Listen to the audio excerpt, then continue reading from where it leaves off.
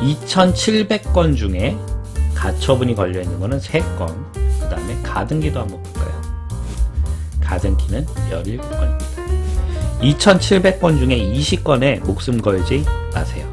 나는 복잡하다, 어렵다, 나는 선순위 세입자 배당 언제고, 확정일자 언제고, 전입 언제고, 나는 이것도 이해 못하겠다. 하지 마세요. 집주인 물건만 하세요.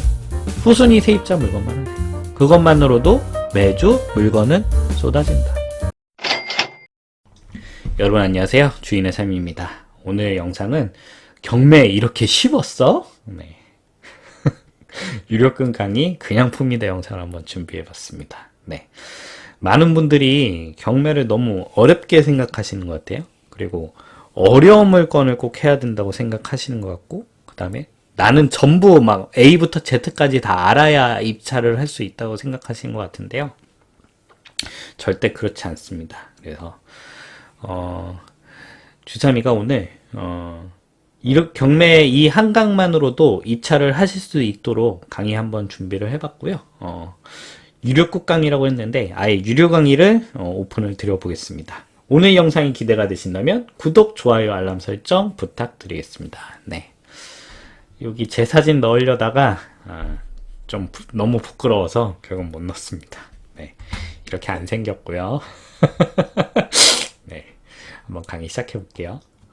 많은 분들이 가장 어려워하는 게 뭘까요? 경매에서 명도가 어렵다, 다른 것들이 어렵다고 말씀하시는 분들이 제일 많은데, 제일 무섭고 어려운 거는 당연히 권리 분석이겠죠.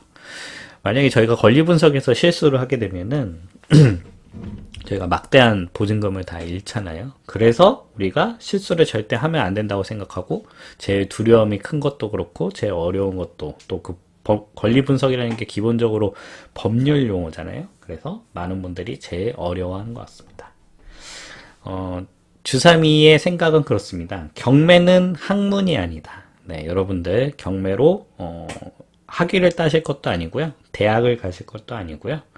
아니면 경매 이론 마스터가 되실 것도 아닙니다. 경매는 학문이 아니라는 거. 그리고 우리는 돈을 벌기 위해 이걸 한다는 거고요.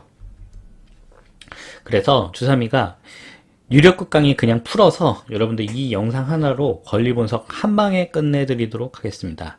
당연히 권리 분석이라는 게 공부를 하면 할수록 끝도 한도 없고 어려운 것도 너무 많아요. 그래서 이 영상 하나로 나의 모든 권리 분석을 다 공부하겠다는 불가능합니다. 그리고 여러분들 1년이 공부를 해도 2년이 공부해도 그거는 불가능하실 거예요. 하지만 우리가 이번 시간을 통해서 우리는 쉬운 물건을 분리하는 법을 배울 거고요. 보통 이제 영상에서 3초 만에 끝나는 권리 분석 이런 영상들 많잖아요. 그래서 여러분들 3초 만에 권리 분석 끝나는 물건들만 제가 추리는 방법 알려드릴 거고, 여러분들 쉬운 물건만으로도 매주 쏟아지고 있습니다. 그래서 여러분들 권리 분석에 그렇게 에너지 쓰지 마시고 물론 공부 최소한은 하셔야 돼요. 하지만 이 한강으로도 충분하고, 정 모르시겠으면 아는 것만 해라. 그 아는 것은 제가 3초 만에 발라낼 수 있는 방법, 팁 영상을 통해서 알려드릴 겁니다. 유료급 강의 아닙니다. 아예 유료 강의를 무료로 유튜브를 통해서 공개해 드리도록 하겠습니다. 주삼이가 부동산 경매 온라인 스터디반을 오픈을 했습니다. 그래서 그동안 이제 컨설팅으로 제공을 해드렸었는데, 많은 분들이 이제 저랑 약속을 잡고 시간을 조율하는 그거에 대해서 좀 부담감을 느끼시고, 온라인으로 그냥 편하게 학습할 수 있는 컨텐츠는 없겠느냐고 말씀을 많이 주셔서 주삼이가 이번에 부동산 경매 온라인 스터디를 준비했습니다. 네, 최단기 완성이고요. 경매 투자에 필요한 지식만 쏙, 그리고 집에서 내가 원하는 시간 편하게 학습하실 수 있고요. 그 다음에 주삼이만의 특급 이벤트죠. 네, 여러분들 경매장으로 반드시 여러분들을 끌고 갑니다. 입찰만 해도 폐찰, 낙찰 상관없습니다. 네, 강의로 10만원 환급 이벤트까지 준비를 했으니까요. 우선은 무료 강의 한번 들어보시고 강의와 내가 좀 맞고 주삼이와 함께 더 공부를 하고 싶은 분들은 영상 끝까지 시청해 주시면 감사하겠습니다. 네. 이어서 강의 제가 유료 강의 공개해 드릴 거니까요. 한번 영상 끝까지 시청해 보세요. 네, 주인의 삶 부동산 경매 온라인 스터디 두 번째 강의, 권리 분석 강의입니다. 우선은 첫 번째 강의를 통해서 우리가 마인드를 다져봤고요. 두 번째 이제 권리 분석입니다. 많은 분들이 경매가 곧 권리 분석 아니냐 이렇게 말씀하시는 분들 계신데 저는 아니라고 생각합니다. 하지만 권리 분석은 우리 왜 공부해야 되냐? 우리가 최소한의 손해를 보지 않기 위해서 권리 분석을 저는 공부해야 된다고 생각합니다. 이게 다른 강사와 저와의 가장 큰 차이점이고, 저는 여러분들이 정말 최소한의 권리 분석 공부로 수익을 낼 수 있는, 그리고 우리가 손해를 보지 않는 최소한의 권리 분석만 학습하시면 된다고 생각을 합니다. 많은 분들이 이렇게 얘기를 하실 겁니다. 그런 쉬운 물건을 해서는 돈이 안 된다 라고 말씀하시는 분들 많으실 텐데 그 말도 맞습니다. 하지만 그 어려운 공부를 하시려면 여러분들 입장에서는 절대 입찰의 근처에도 못 가실 거예요. 왜냐하면 권리 분석도 공부를 하다 보면 끝도 한도 없고, 물론 그 끝도 한도 없는 공부를 남들보다 더 많이 했기 때문에 진입장벽이 높아져서 결국 큰 수익을 내시는 것도 당연한 말씀입니다. 그래서 제 생각에는 우선 저랑은 정말 수익을 내는 가장 최소한의 권리 분석, 내가 손해를 보지 않는 최소한의 권리 분석을 학습을 하시고, 여러분들이 경험과 노하우를 쌓으신 다음에 그런 어려운 물건들 그때 가서 도전하셔도 전혀 늦지 않다. 여러분들 고셈, 나눗셈, 뺄셈, 덧셈도 못하는데 미분적분을 할 수 있는 학생은 절대 없습니다. 그래서 여러분들 처음부터 나는 미적분까지 모두 마스터하고 경매를 도전할 거야 라고 생각하시는 분들이 바로 제가 말씀드린 프로 수강러의 길로 빠지게 되고, 여러분들을 또 그 프로 수강러의 길로 빠지게 하기 위해서 학원들은 교묘히 여러분들을 가스라이팅하고 그 다음에 그쪽으로 유도를 시켜서 지속적으로 강의를 수강하게 만드는 구조를 만들어 놓은 겁니다. 여러분들이 지금까지 입찰을 하지 못하고 경매를 통해서 수익을 내지 못했던 거는 여러분들의 잘못이 아니라 바로 그런 교수, 설계에 의해서 여러분들이 빠질 수밖에 없는 함정에 있었다. 이렇게 보시면 되고요. 주3이랑 정말 최소한의 권리 분석, 그리고 이 최소한의 권리 분석도 나는 이해를 못하겠다고 하시는 분들을 위해서 가장 영상 마지막에 제 핵심 내용이 또 숨어 있기 때문에 여러분들 저만 믿고 따라오시면 될 것 같아요. 이제 권리 분석 수업 시작해 보겠습니다. 자, 우선 가장 중요한 거는 말소 기준 권리를 우리가 이해를 하는 겁니다. 말소 기준 권리. 그 저당권, 근저당권, 압류, 가압류, 담보가 등기, 경매 기입 등기라고 이렇게 써놨는데 어떤 분들은 이거를 암기하라고 시키더라고요. 여러분들 절대 이거 암기하실 필요 없습니다. 여러분들 이거 단어 암기에 에너지 쓰지 마세요. 제가 앞서 밑줄 쳐놓은 저당권, 근저당권, 압류, 가압류, 이게 말소 기준 권리의 거의 99%입니다. 99%이고, 그리고 이거를 여러분들이 시험장에 들어가서 말소 기준 권리는 무엇일까요? 이런 적는 시험을 보는 학문이 경매는 아닙니다. 그냥 이것만 체크해 놓으셨다가 말소 기준 권리가 이런 거니까 이런 거가 있는지를 찾아볼까만 하셔도 충분히 말소 기준 권리를 찾으실 수가 있고, 심지어 요즘 웬만한 유료 사이트 또 무료 사이트에서도 거의 대부분 사이트에서 말소 기준 권리를 알아서 찾아줍니다. 네. 대신 그거를 맹신해서는 안 되겠지만 어찌됐든 이 말소 기준 권리를 먼저 찾으시는 거는 절대 어렵지 않으시니까 그냥 이 말소 기준 권리가 가장 경매에서 중요하거다 이렇게 하시면 될 것 같아요. 그럼 말소 기준 권리는 무엇이냐? 날짜상 가장 먼저 설정된 권리입니다. 네. 그리고 이 말소 기준 권리에 이제 해당하는 금액들이 있을 거예요. 이 금액들은 많은 분들이 오해하시는 게 이 금액을 인수하는 게 아닌가요? 절대 그렇지 않습니다. 전액 배당받지 않아도 소멸입니다. 그러니까 예를 들어서 말소 기준 권리가 1억이다. 1억인데 그 경매에서 만약에 1,000만 원에 낙찰됐다고 할게요. 그러면은 1,000만 원의 경매를 통해서 발생한 그 금액이 1,000만 원이고 그 말소 기준 권리가 1억이라면 나머지 9천만 원을 인수하는 게 아니냐라고 생각하시는 분들이 많은데, 그 1,000만 원 받고 그 말소 기준 권리는 끝인 겁니다. 그리고 그 권리는 사라지게 됩니다. 그래서 말소 기준 권리는 전액 배당받지 않아도 소멸이라는 거, 그러니까 무조건 사라진다고 보시면 돼요. 이게 가장 핵심적인 내용이고, 그리고 가장 중요한 포인트는 그 이후에 말소 기준 권리 이후에 설정된 모든 권리도 소멸된다는 겁니다.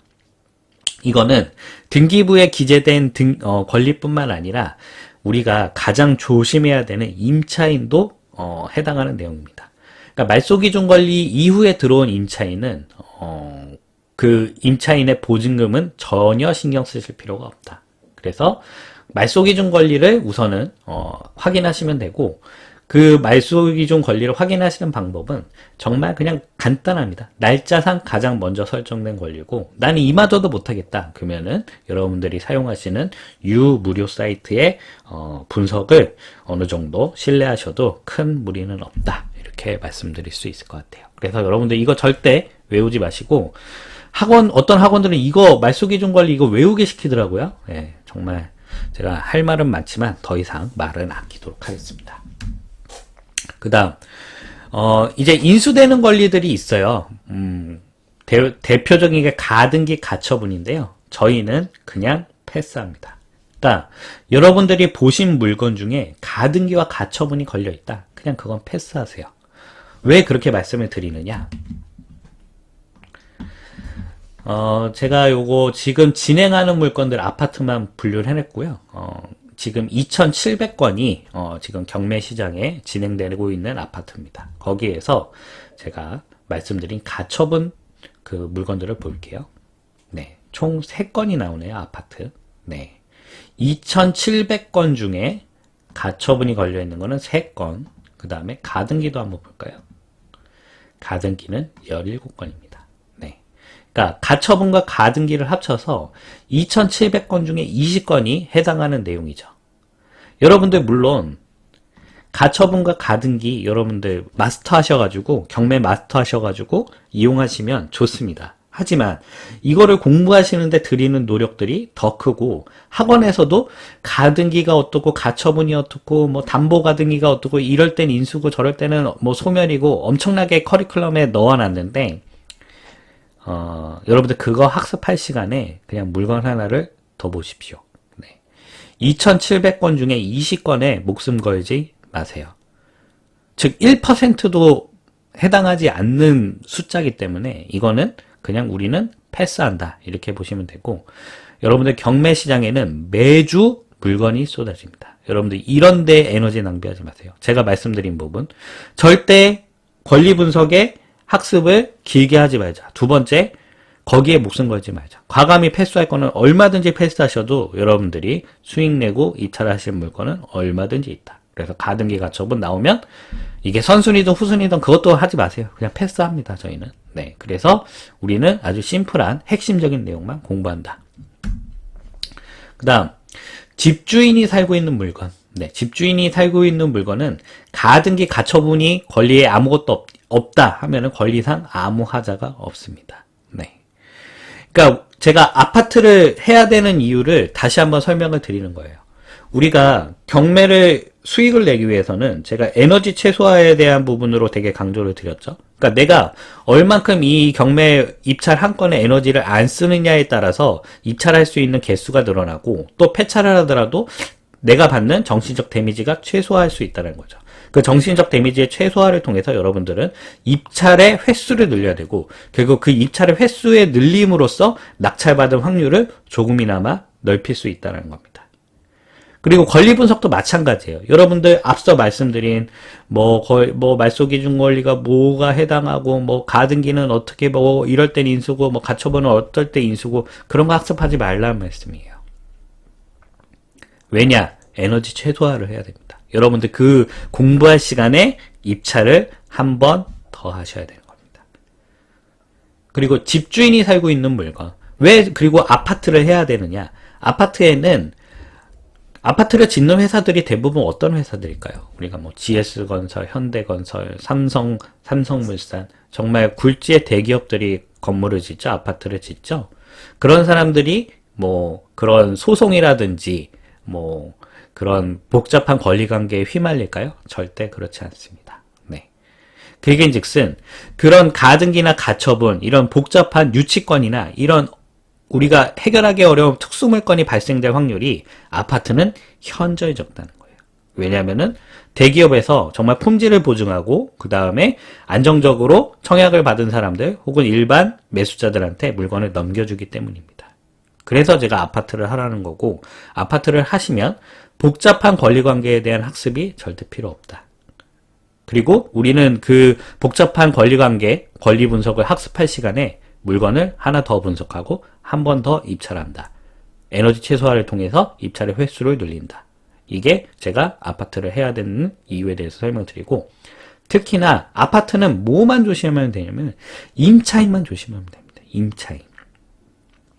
반대로 생각해보면 그 임차인을 조심해야 된다는 건 우리의 입장에서 왜 조심을 해야 될까요? 임차인의 보증금을 인수하는 게 우리는 가장 두렵죠. 근데 임차인의 보증금을 왜 인수를 해야 될까요? 임차인들을 보호하기 위해서 우리가 경매를 낙찰받는 사람들이 임차인의 보증금을 보장해주고 보증을 해주고 대신 갚아주라는 거죠. 네. 그러면 반대로 생각을 해볼게요. 임차인은 보호의 대상이지만 집주인은 보호의 대상일까요? 집주인은 냉정하게도 보호의 대상이 절대 아닙니다. 즉, 어떤 권리관계가 적용이 되더라도 집주인을 우리가 대신해가지고 보호해줄 의무는 없다는 이야기예요. 그 얘기를 다시 바꿔서 말하면 어떤 걸까요?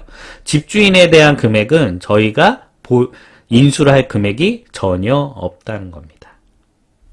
그래서 앞서 말씀드린 가등기 가처분, 특히나 아파트는 가등기 가처분은 거의 등록되는 기준이 거의 없어요. 아까 제가 2,700건 중에 20건 보여드렸는데, 그 중에서도 우리가 보통 이게 지나가다 보면 아파트는 아파트라고 분류가 되어 있는데, 우리가 보통 지나가서 그거에 대한 내용을 못 보고 봤을 때는 저건 빌라지라고 생각하는 것들에 대한 물건이 가끔 그렇게 등록이 돼 있고요. 우리가 보통 생각하는 아파트는 절대 가등기랑 가처분이 거의 걸려 있지 않다.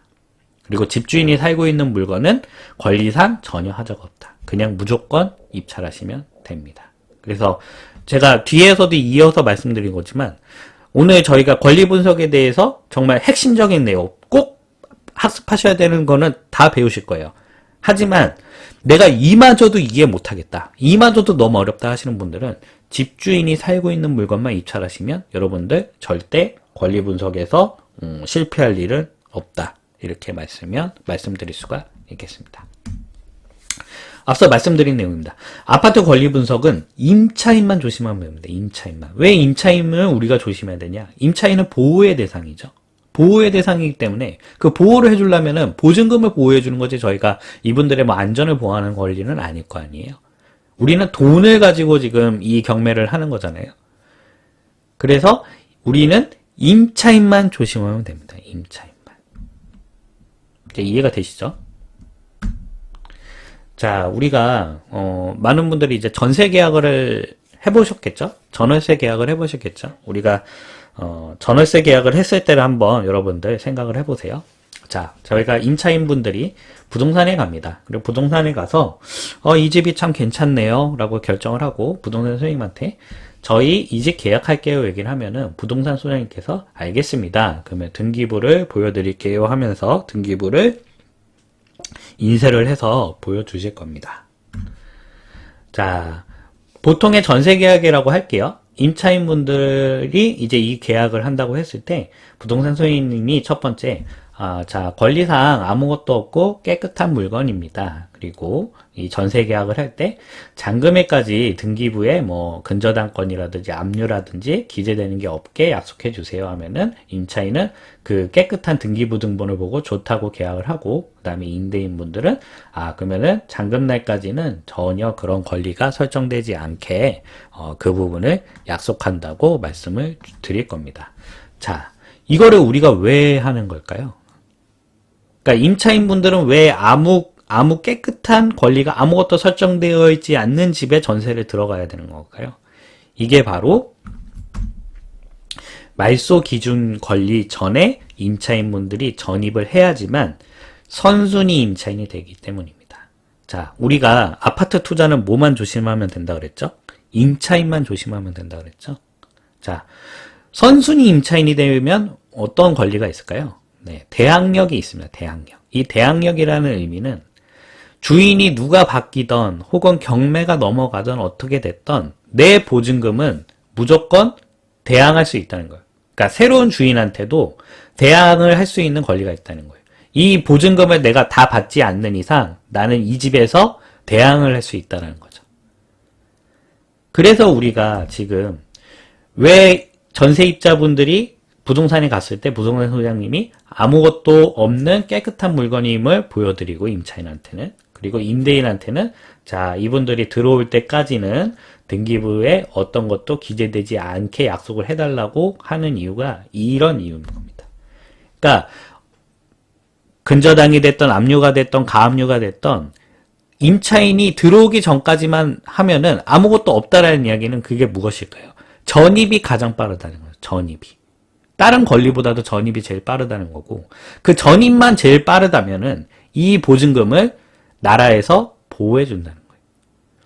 그리고 이 보증금을 전액 배당받지 못할 경우에도 이 보증금을 새로운 주인한테 받을 수 있는 권리를 부여를 한다는 게 바로 선순위 임차인이고, 그 의미가 바로 대항력이 있다라는 내용입니다. 그러면은 우리 말소 기준 권리 후에 전입하는 분들을 예시를 들어볼게요. 자, 똑같이 전세입자가 부동산에 갔어요. 아, 저 이 집이 좋은데요? 라고 부동산 손님한테 말씀을 드리겠죠. 그러면은 그때도 등기부를 떼주실 겁니다. 자, 떼주고, 자, 대신 여기에는 뭐 근저당도 걸려있고 이런데 이거를 다 확인하시고 계약을 하시겠어요? 라고 반드시 설명을 할 겁니다. 그러면 계약하시는 분들은 둘 중에 하나겠죠. 정말 다른 데보다 전세 시세가 워낙 저렴해서 아, 내가 이 리스크를 감당하더라도 나는 여기 들어올래 라고 선택하신 분이 첫 번째겠고, 두 번째는 월세 계약 같은 경우에는 보증금이 소액 임차 보증금이라고 해서 우선적으로 빠져나갑니다. 그래서 그거를 기대를 해서 다 나는 뒤에 근저당보다 내가 뒤늦게 들어가지만 나는 계약을 할 거예요 라고 이미 다 확인을 한다는 거죠. 그 얘기는 즉슨 후순위 임차인은 대항력이 없다는 겁니다. 왜냐? 계약할 때 이미 선순위에 어떤 권리들이 설정이 돼 있는 거를 임차인이 다 알고선 계약을 한 거잖아요. 그래서 그런 임차인들은 보증금을 보호할 필요가 없다. 저희가 조심해야 될, 경매하는 사람들 입장에서 제일 조심하는 건 뭐라고 말씀드렸죠? 임차인만 조심하면 되는데, 자, 그 임차인이 전세 계약을 하거나 월세 계약을 할 때 앞에 선순위 권리가 있음에도 알고서도 계약을 했다라는 거는 이 사람의 대항력이라든지 권리는 보장해 줄 필요가 없다는 겁니다. 그래서 인수를 하지 않아도 된다는 거예요. 여기까지 이해가 되시나요? 그러면 제가 하는 말을 이해 못 하셔도 좋습니다. 자, 이해 못 하겠다 말씀하시는 분들은 제가 아까 말씀드린 거 뭐죠? 첫 번째, 무슨 물건만 해라? 집주인 물건만 해라. 왜냐하면 집주인은 보호 대상이 아니니까. 두 번째, 후순위 임차인은 보호의 대상이 아니죠. 왜냐면은 그 앞에 권리가 설정되어 있는 걸 보고도 들어온 거잖아요. 그러면 나는 권리 분석 모르겠어. 나는 하기 싫어. 나는 공부하는 거 싫어. 그러면은 뭐만 하면 된다? 집주인 물건, 그 다음에 후순위 임차인만 물건만 하시면 됩니다. 간단하죠? 권리 분석 이거 공부할 필요도 없는 거예요. 사실은. 나는 그것만 하면 되는 거예요. 그러니까 여러분들 권리 분석에 에너지 쏟지 마세요. 단 내가 공부를 하면 할수록 내가 입찰할 수 있는 물건들은 더 늘어나게 되고 수익을 낼 수 있는 물건들도 늘어나게 되는 거죠.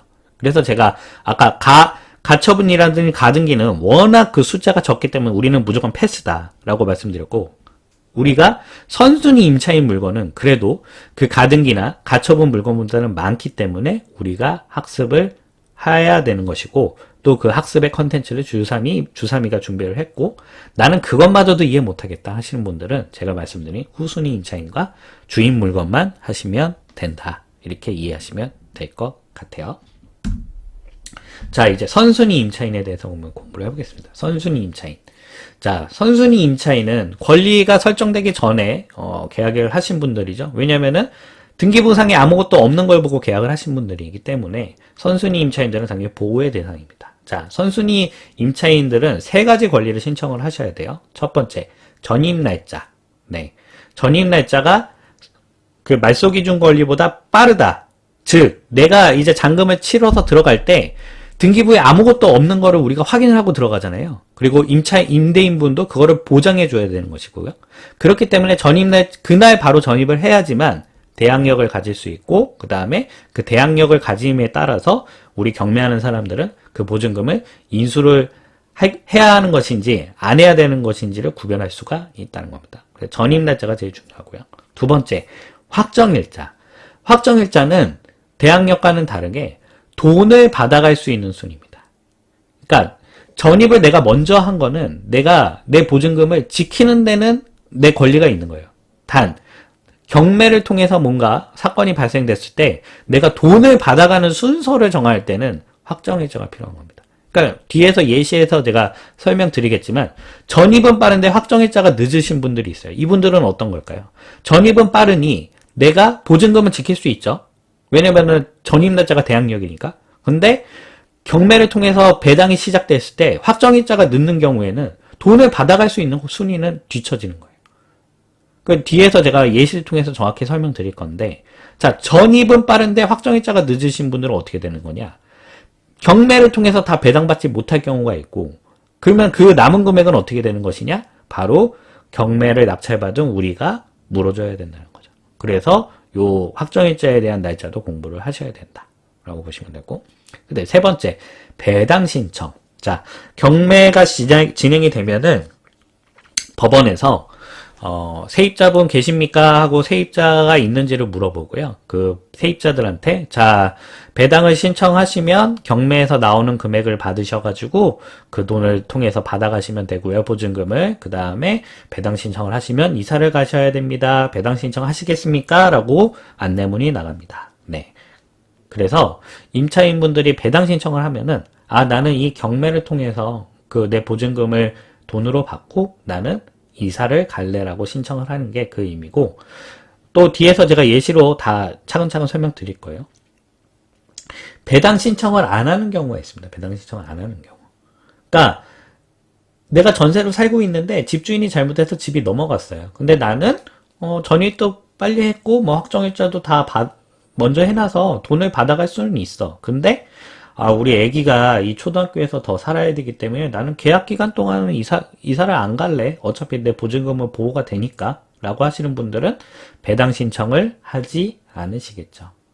자, 그러면 배당 신청을 하지 않았다는 이야기는 무엇일까요? 나는 이사를 가지 않겠다는 거고. 근데 전입을 먼저 했다면 내 보증금에 대한 대항력은 있으신 거잖아요. 그러면 우리는 어떤 걸, 경매하는 분들은 어떻게 생각하면 되냐? 배당 신청을 안 했으니까 이 금액은 인수구나. 왜냐면은 전입 날짜가 빠르니까. 그리고 전입 날짜가 빠르기 때문에 우리는 선순위 임차인이라고 이 사람들을 부르기 때문입니다. 네. 그러니까 지금 제가 하는 말씀이 처음 들으시는 분들은 굉장히 헷갈리실 수 있어요. 하지만 제가 이제 뒤에 예시를 다 붙여놨기 때문에 그 예시를 통해서 하나 둘씩 학습하시면 되고, 나는 이것마저도, 그러니까 계속 말씀드리는 건 이겁니다. 난 이것마저도 모르겠어 하시는 분들은 선순위 임차인도 패스하셔도 된다. 단 선순위 임차인 물건은 굉장히 경매 시장에 많은 물건이기 때문에 이거를 우리가 놓치고 가기에는 좀 아쉽다. 그래서 여러분들 제가 보여드리는 예시, 그리고 제가 앞으로 그 교환에서 추가적으로 나눠드릴 그 과제를 통해서 이 선순위 임차인에 대한 공부를 하시면 이것도 크게 어렵지 않다, 이렇게 보실 수 있을 것 같아요. 그러면 우리가 예시를 통해서 한번 분석을 해보도록 하겠습니다. 네, 제가 진짜 지금 진행하는 경매 물건들을 가져와 봤고요. 자, 우리 이 윤혜수 씨라는 그 물건을 한번 보면서 정확히 분석을 해봅시다. 자, 이거는 제가 그 두인 경매라는 무료 사이트에 이렇게 분석을 다 해준 걸 가져왔고요. 제가 이제 뒤에 이어서 이제 법원 문서들 강의하는 내용에서도 말씀드릴 건데, 매각 물건 명세서와 현황 조사서의 대부분 내용들이 다 적혀져 있습니다. 이거를 무료 사이트들이 이렇게 보기 좋게 편하게 편집을 해주고요. 여러분들은 매각 물건 명세서를 활용하시던지 무료 사이트를 사용하시던지 그거는 여러분들이 편리하신 대로 하시면 되고, 오늘은 우리가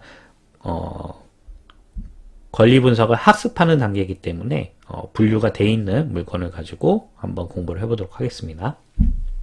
자, 이 조건이 경매 선순위 그 세입자 선순위 임차인의 거의 99%에 해당하는 내용입니다. 99%는 좀 너무했을까요? 그러면 한 90%에 해당하는 내용이고 가장 스탠다드한 내용입니다. 네, 한번 볼게요.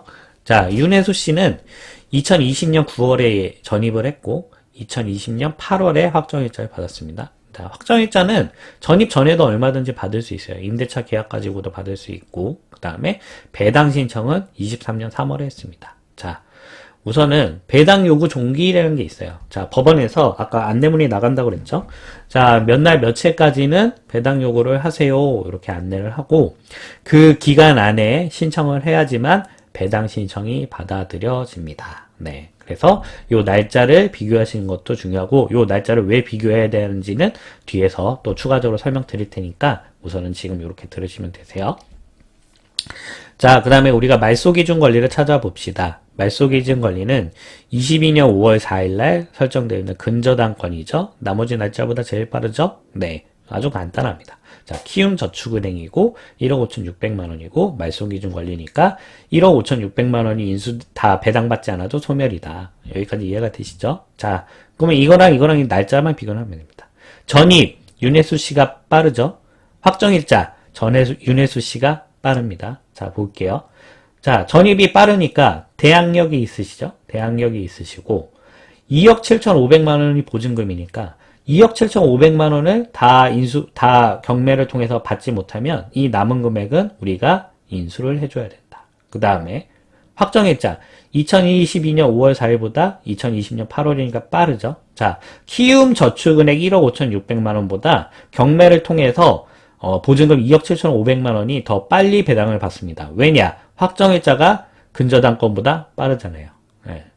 그래서 가장 우선순위로 돈을 받아가는 겁니다. 네, 마지막으로 배당 신청.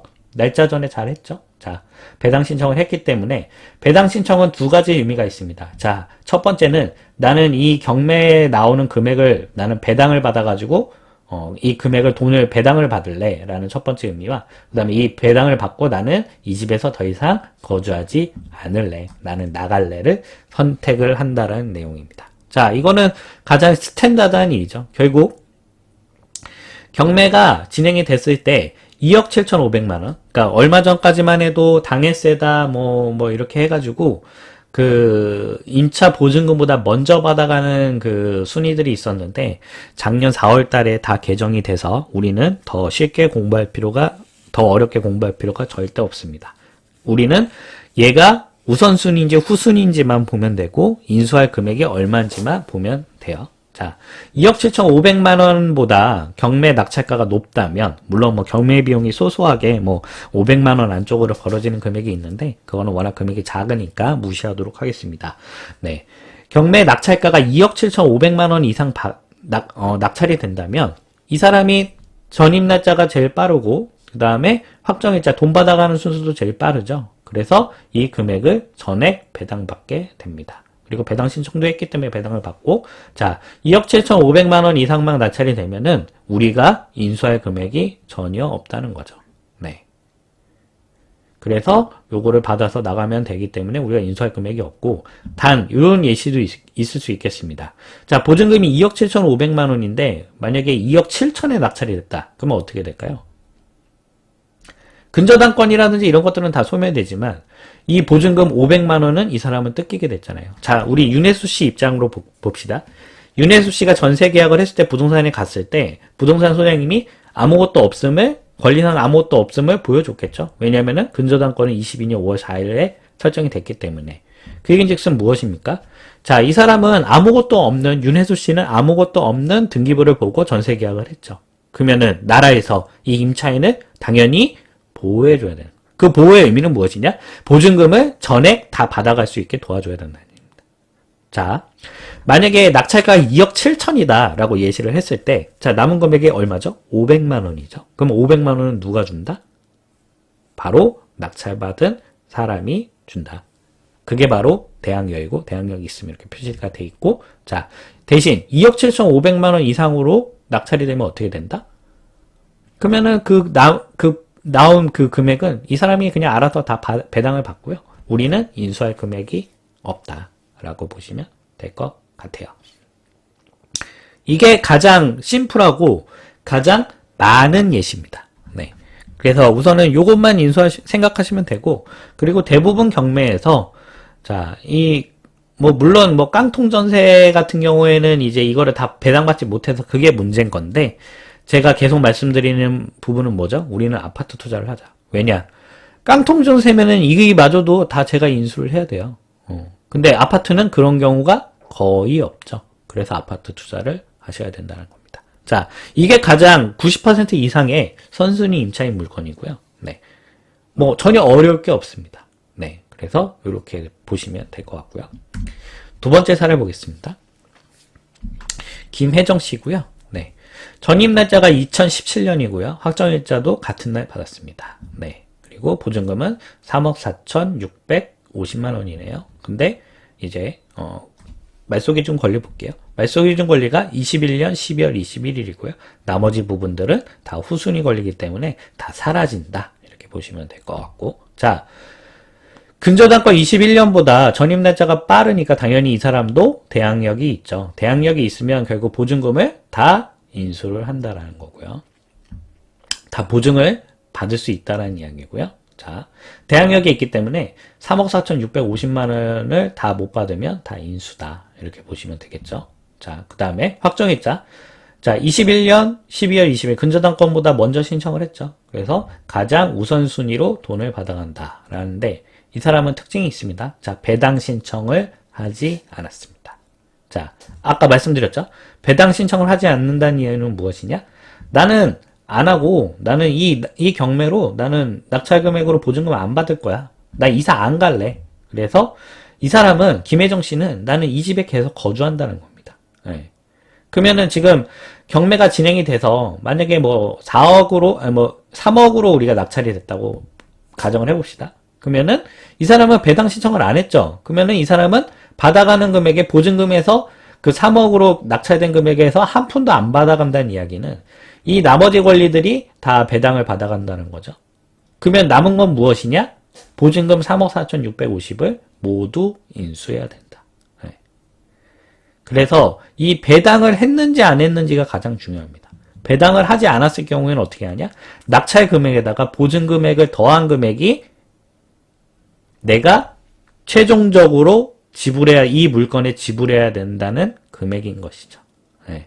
그래서 이런 경우도 있다. 그래서 배당을 신청하지 않은 경우에는 낙찰가에다가 보증금을 더해서 그거를 시세랑 비교를 한 다음에 그게 시세보다 저렴하다 했을 경우에만 입찰에 들어가는 겁니다.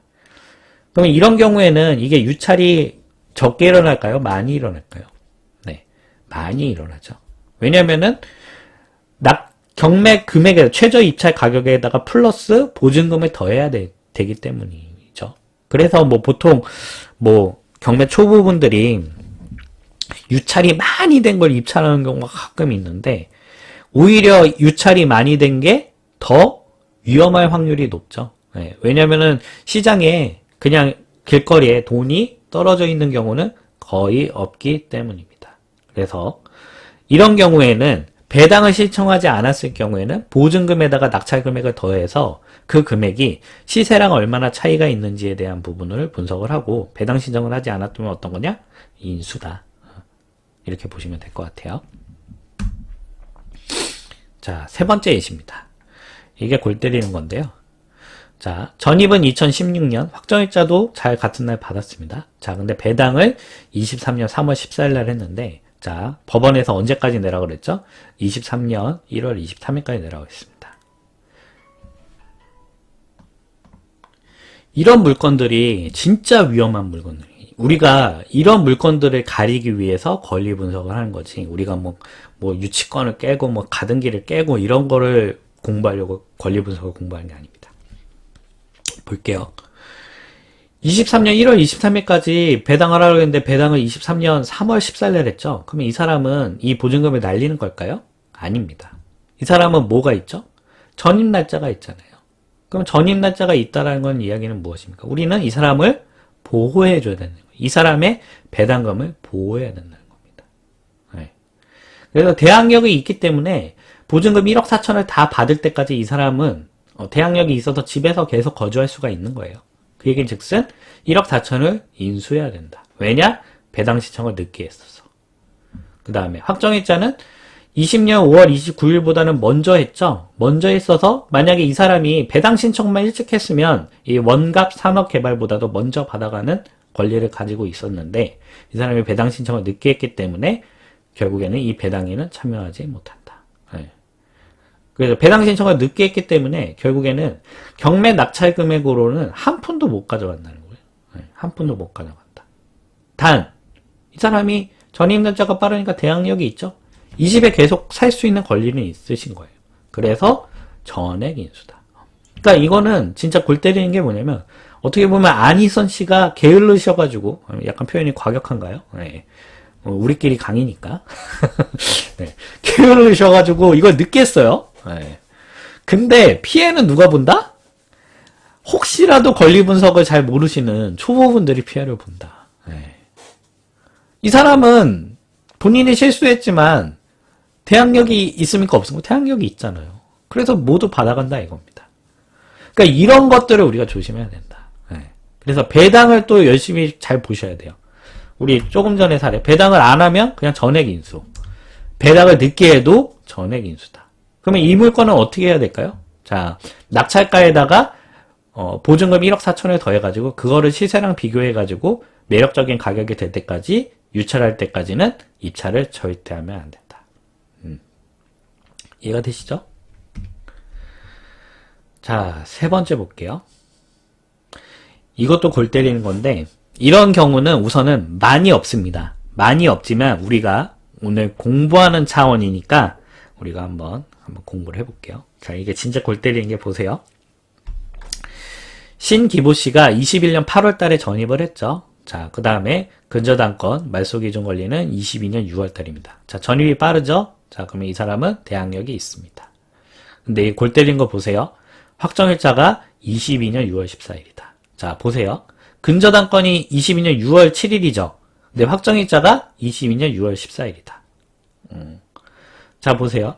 이 사람은 대항력은 있어요. 그래서 이 4억 3천이 뜯길 일은 없습니다. 왜냐면 대항력이 있기 때문에 누군가는 다 보상을 해줘야 돼요.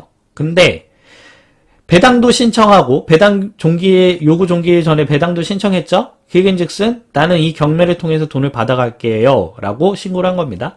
근데 확정일자가 이 근저당권 BNK 캐피탈보다 느리죠. 그러면은 예를 들어서 가정을 해서 우리가 만약에 5억이 이 경매 물건에 낙찰이 됐다 했을 경우에 돈을 1순위로 받아가는 사람은 누굴까요?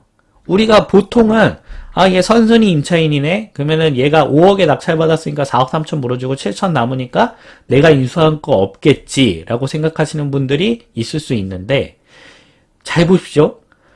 확정일자는 돈을 받아가는 순서라고 그랬잖아요. 근데 돈을 누가 먼저 받아간다? BNK 캐피탈이 먼저 받아간다.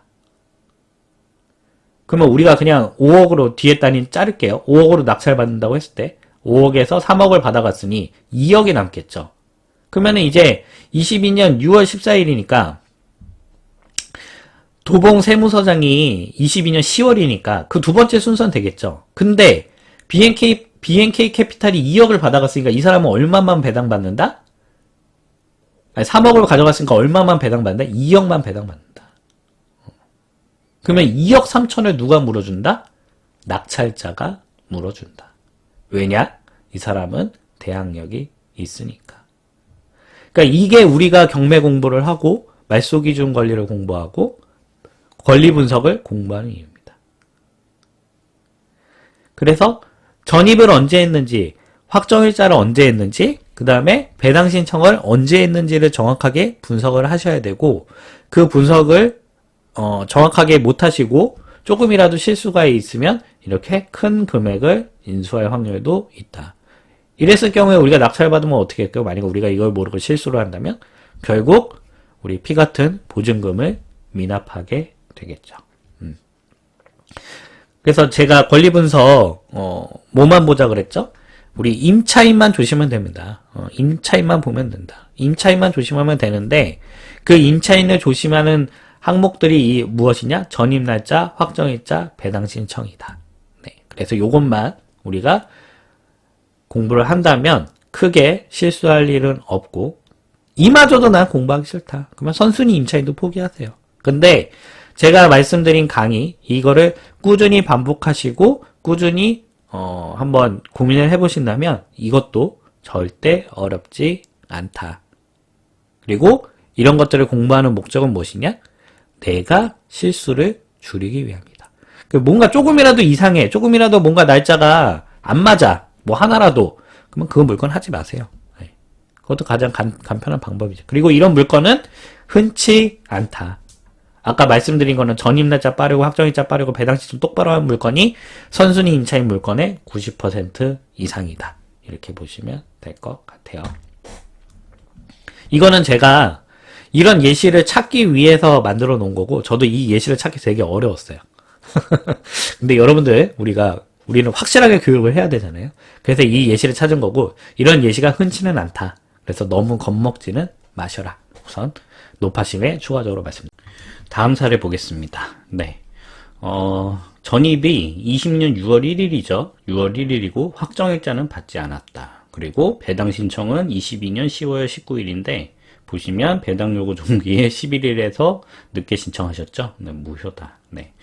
이런 분들이 우리 경매하는 분들을 네, 괴롭히는 분들이에요. 자, 살펴볼게요. 자, 전입일자가 2020년 가압류 7월 29일 말소기준 권리 제일 빠른 권리보다 빠르죠? 그러면은 바로 대항력이 있다. 그러면 이분은 2억 6천 받으면 전부 다 2억 6천을 인수를 해야 되고 지금 대항력이 있으시죠? 네, 그런 상황이고, 자, 확정일자를 안 받았다. 그 얘기는 즉슨 배당받을 수가 없고, 그 다음에 심지어 골 때린 거는 배당도 늦게 신청하셨죠? 그래서 경매 낙찰금으로 이제 아예 못 받고 따로 받아야 되고 전액 인수다. 그래서 이 부분이 바로 우리가 배당 요구 종길, 물론 이분은 확정일자가 없어서 아예 신청도 못 해요. 신청도 못 하지만 받아갈 수도 없지만 어찌됐든 배당 요구일 종기일보다 늦게 신청한 경우에는 전액 인수다. 대항력이 있으면. 그래서 배당 요구 종기일을 꾸준히 체크를 하셔야 되고, 이 부분에 까딱 잘못해가지고 저희가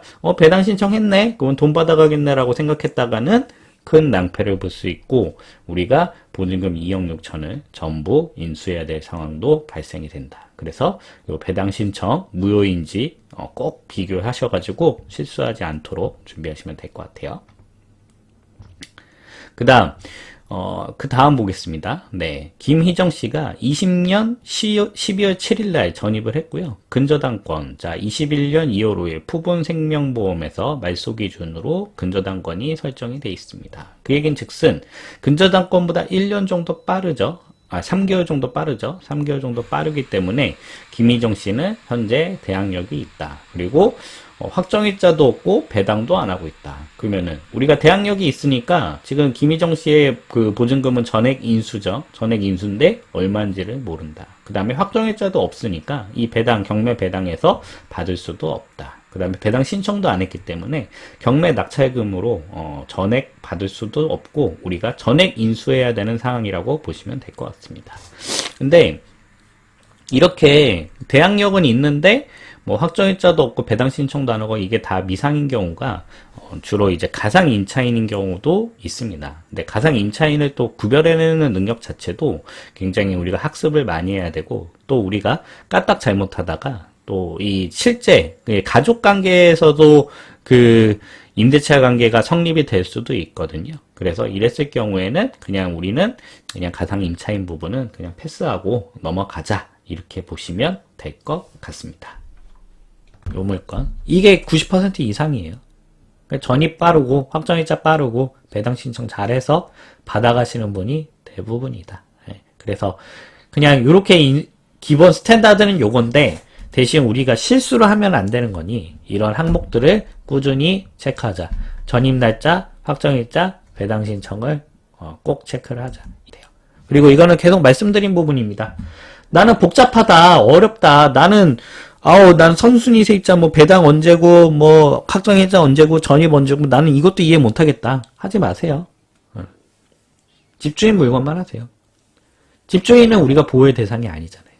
보호의 대상이 아닌 건 뭐다? 인수할 금액이 없다. 두 번째, 후순위 세입자. 우리 전월세 계약할 때 앞에 설정된 거를 다 봤잖아요, 이 사람이. 다 봤는데 무슨 보호를 해줘요? 보호해줄 필요 없죠? 그러니까 나는 선순위 세입자 보호의 대상만 구별해내는 게 어렵다 하시는 분들은 집주인 물건만 하세요. 후순위 세입자 물건만 하세요. 그것만으로도 매주 물건은 쏟아진다. 이렇게 보시면 될 것 같아요. 네. 우선 권리 분석 1강 첫 번째 강의 이렇게 마무리를 하고요. 제가 과제와 예시를 통해서 꾸준히 더 트레이닝 시켜드릴 거니까 그런 것들 풀어보시면서 학습하시면 되고, 그 학습의 목적은 무엇이냐? 여러분들이 실수하지 않기 위함입니다. 실수하지 않기 위함. 그리고 이해를 다 못하셔도 상관없어요. 내가 이해를 다 못하면 선순위 세입자도 패스하십시오. 패스하셔도 물건은 쏟아진다. 단 내가 조금만 공부하면 충분히 이 부분들은 학습하실 수 있고 공부를 하실 수 있고 이해를 하실 수 있는 부분입니다. 그래서 우리가 선순위 세입자까지는 우리가 구별을 할 수 있는 능력을 갖춰야 조금 더 넓은 기회가 있다. 이렇게 보시면 될 것 같아요. 네. 우선은 권리 분석 첫 번째 강의, 그리고 거의 대부분의 강의가 이미 마쳐졌고요. 뒤에 이어서 두 번째 권리 분석 두 번째 강의로 찾아뵙도록 하고, 혹시나 궁금하신 거나 문의사항이 있으시면 언제든 카톡으로 문의 주시고요. 제가 그리고 꼭 제가 내드린 과제 부분도 체크를 하셔가지고 챙기시면은 아마 크게 이해하시는데 어렵지는 않으실 겁니다. 네, 그래서 첫 번째 권리 분석 첫 번째 강의는 여기서 마치고요. 두 번째 강의로 찾아뵙도록 하겠습니다. 고생하셨습니다. 네, 그동안 지금까지 그 무료 강의 잘 수강을 하셨나요? 네, 여러분들 경매는 다시 한번 말씀드리면 학문이 아니고요. 여러분들의 경매를 하는 목적은 수익입니다. 그래서 내가 실행을 하기까지 내가 A부터 Z까지 다 알아야 입찰을 한다고 생각하지 마세요. 우리가 내가 모르겠다, 정 모르겠으면 권리분석 너무 어렵다 생각하시면 그냥 집주인 물건, 그 다음에 후순위 세입자 물건만 하셔도 충분하시다. 그래서 여러분들 권리분석 강의 혹은 경매 강의에 뭐 A부터 Z까지 다 막 마스터를 해야 된다는 거에 더 이상 현혹되지 마시고, 나는 내가 이해하는 부분만 하시면 좋은데 그 이해하는 부분의 영역이 넓으면 넓을수록 더 좋겠죠. 그래서 우선 주삼이가 이번에 부동산 경매 온라인 스터디를 오픈을 했습니다. 그래서 정말 최단기 완성이고요. 투자에 필요한 정말 부분만 쏙 해서 정말 핵심만 알려드리는 강의를 준비했고, 삶의 노예로서 살아가는 게 아니라 주삼이처럼 주인의 삶을 살고 싶은 분들을 위해서 준비를 해봤습니다. 혹시 프로 수강러세요? 이거 뭐 수능인지 쓸데없이 정말 방대한 커리큘럼이 있죠. 그 다음에 이게 무슨 말이지? 하는 정도의 어려운 경매 용어를 남발하는 강의도 있습니다. 그리고 그것마저도 없고 자기 자랑만 가득 찬 진짜 실속 없는 강의도 있고요. 그 다음에 이거 많은 분들이 당해보셨을 텐데 이거 알아봤어요? 이거 했어요? 이건 교육이 아니고 협박만 듣고 가스라이팅만 하는 강의들도 정말 어마어마하게 많다. 그 다음에 이거 뭐 대학 등록금도 아니고 강의 가격이 300만원? 이게 여러분들의 잘못이 아닙니다. 그동안에 이제 경매 강의가 잘못됐고요. 그런 오프라인 경매 학원이나 경매 직원들이 많은 경매 학원들은 어떻게 운영이 될까요? 바로 여러분들의 수강료로 운영이 되겠죠. 그러면 여러분들이 입찰을 빨리 하고 낙찰을 빨리 받으면 여러분들이 학원 수강을 더 할까요? 더 이상 수강하지 않겠죠. 그러면 학원의 입장에서는 여러분들이 어떻게 해줘야 될까요? 입찰을 하지 말고 낙찰을 받지 말고 더 많은 강의를 들어야지 학원의 이득이 되는 구조로 짜여 있기 때문에 여러분들이 그동안 프로 수강로로서의 역할을 할 수밖에 없었다. 여러분들이 잘못된 게 아니고 그동안의 경매 강의가 잘못되었다. 말씀드릴 수 있겠고, 주삼이는 이거를 모두 다 바꿔보겠다. 말씀드릴 수 있겠습니다. 뭐 누누이 말씀드리는 부분입니다. 부동산 경매로 학위를 따실 건가요? 전혀 아니죠. 우리 학교 다닐 때도 얼마나 공부하기 싫었는데 뭐 부동산 경매까지 학위를 따실 거예요? 우리는 진짜 수익을 내는 스킬만 배우셔도 충분합니다. 그래서 제가 돈 버는 경매에 필요한 알짜만을 준비했습니다. 그래서 여러분들 제 강의 특징은 뭐죠? 이해를 하시면 더 좋고 이해를 못하는 부분은 다 과감하게 패스하고 제가 이것만은 아셔야 된다는 핵심 포인트까지 알려드리죠. 그래서 권리 분석, 시세 파악, 그리고 레버리지 활용, 명도, 세금, 인테리어 스킬까지. 자, 경매 입찰 시작부터 끝까지 알짜만, 진짜 스킬만 알려드립니다. 그거를 16강에 다 담았습니다. 그래서 진짜 해본, 벌어본 강사인가요? 네. 정말 전설로만 이어지는 그 경험들이 있죠. 막, 그 예시가 막 2000년대, 90년대 뭐 그런 예시들도 있는데, 주사미는 그동안 진짜로 다 보여드렸습니다. 그거 있는 그대로 다 보여드렸고요. 주사미의 모든 노하를 담았고요. 이제, 믿고 따라만 주시면, 이제 여러분들도, 노예의 삶이 아닌 주인의 삶을 살아갈 수 있도록 제가 옆에서 도와드리겠습니다. 언제든 어디서든 내 맘대로, 네. 부동산 경매 온라인 스터디 과정이고요. 그동안 이제 컨설팅 과정 같은 경우에는 저랑 일정을 맞춰야 되는 부분들이 있어서 많은 분들이 좀 온라인으로 영상을 제공해 줄 수 있지 않겠냐 문의를 주셔서 제가 고민 끝에 영상을 촬영을 했고 강의를 완성해 봤습니다. 주사미의 온라인 스터딩 과정은요, 동영상 통해서 진행이 되고요, 어디서든, 그리고 여러분들이 원하는 시간대 어디서든, 언제든, 편하게 수강을 하실 수가 있고요. 그 다음에 과제와 양식을 다 제공을 합니다. 주사미가, 정말 그동안 쌓아왔던 노하우들, 그리고 그 경매에 필요한 양식들 다 제공해 드리고요. 그 다음에 교환도 다 제공해 드리니까, 교환을 보시면서 영상 보시면 학습하시는데 더 효과적으로 학습하실 수가 있을 겁니다. 그 다음에 그 온라인 통해서만 교육을 받으면 피드백이 없는 거에 여러분들이 두려움을 느끼실 수 있잖아요. 그래서 입찰 전에 제가 최종적으로 검토를 해드립니다. 그래서 여러분들이 실수한 부분이 있는지, 그 다음에 여러분들의 책정한 시세 파악이라든지 또 이런 것들을 주사미가 최종적으로 검토를 하기 때문에 여러분들의 불안한 마음, 완벽한 학습으로도 불안한 마음, 주사미가 입찰 전에 최종 검토를 해드리고, 자, 여러분의 놓치는 부분까지 완벽해 드릴 거를 약속드리고요. 그 다음에, 수강 기간 동안 카톡을 통해서 Q&A를 완벽하게 지원해 드리도록 하겠습니다. 여러분들이 궁금하신 게 있고 문의사항이 있으시면 카톡으로 언제 어디서든 문의를 주시면 주사미가 자고 있는 시간에는 답변 못 드려요. 네, 제가 여유가 돼서 깨 있는 시간을 통해서 반드시 어떠한 질문이든 다 세세하게 답변 드리겠다 약속 드리도록 하겠습니다. 강의만 수백만 원 쓰고도 입찰도 못 보셨던 분들이 굉장히 많으시죠? 그리고 그동안 주사미가 온라인 강의를 제공하지 않았던 거는 가장 중요한 거는 저는 실행력이라고 봤기 때문입니다. 그래서 여러분들을 어떻게 하면 입찰장에 끌고 갈 수 있을까? 그래서 개인 컨설팅으로 지금 제공을 했었었는데, 주사미가 아이디어를 내고 또 주사미의 몫을 과감하게 포기를 했습니다. 여러분들을 반드시 법적으로 끌고 갑니다. 네. 입찰만 해도 강의료 10만 원을 돌려드리도록 하겠습니다.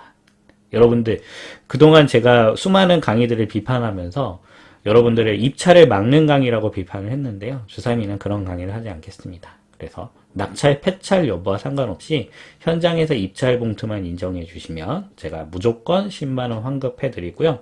여러분들, 그 10만 원을 통해서 여러분들의 의지가 워낙 약하시잖아요. 그래서 여러분들이 정말 가기 싫은 그 귀찮은 마음, 정말 가고 싶지 않은 정말 두려운 마음을 요 10만 원으로, 네, 여러분들 법정으로 반드시 끌고 간다. 그래서 그 입찰만으로도 제가 강의료를 10만 원 환급해 드리기 때문에 여러분들 저랑 같이 강의 열심히 수강하시고 경매 열심히 공부하신 다음에 반드시 실행할 수 있도록 제가 보장해 드리고 도와드리겠다. 이렇게 강의 과정을 준비를 했습니다. 네. 오늘 영상은 우선 여기까지고요. 제 강의, 우선은 그 무료 강의로 공개된 부분만 공부 열심히 하셔도 입찰하시는데 큰 문제는 없으실 거고요. 제 강의 스타일이 마음에 드시고, 그 다음에 더 많은 내용, 정말 저만의, 주사미만의 정말 엑기스, 스킬을 모두 내 걸로 가져가고 싶다고 생각하시는 분들은 아래 댓글란과 상세 정보란에 강의 신청란을 적어 놨으니까요. 관심이 있으신 분들은 그쪽을 통해서 신청을 해주시거나 문의를 남겨주시면 주사미가 친절하게 답변 드릴 수 있도록 하겠습니다. 네, 이렇게 오늘 무료 강의도 하나 공개해드리고 주인의 삶 온라인 스터디, 경매 스터디 과정 오픈됐다라는 내용도 알려드립니다. 그래서 여러분들 경매에 그동안 관심만 있으시고 두려움이 있으셨던 분들은 주사미와 함께 공부를 한번 해보시고 그 다음에 강의료 환급 과정 밟아보시면서 내가 진짜 경매장에 가서 입찰까지 하는, 그리고 정말 주사미 없이도 앞으로 스스로 하실 수 있도록 경매를 스스로 하실 수 있도록 제가 프로그램을 준비했으니까요. 관심 있으신 분들은 신청해 주시면 정말 감사하겠습니다. 이상 주인의 삶이었고요. 오늘 영상 여기까지 진행을 하고, 오늘 영상이 마음에 드셨다면 구독, 좋아요, 알람 설정 부탁드리겠습니다. 고맙습니다.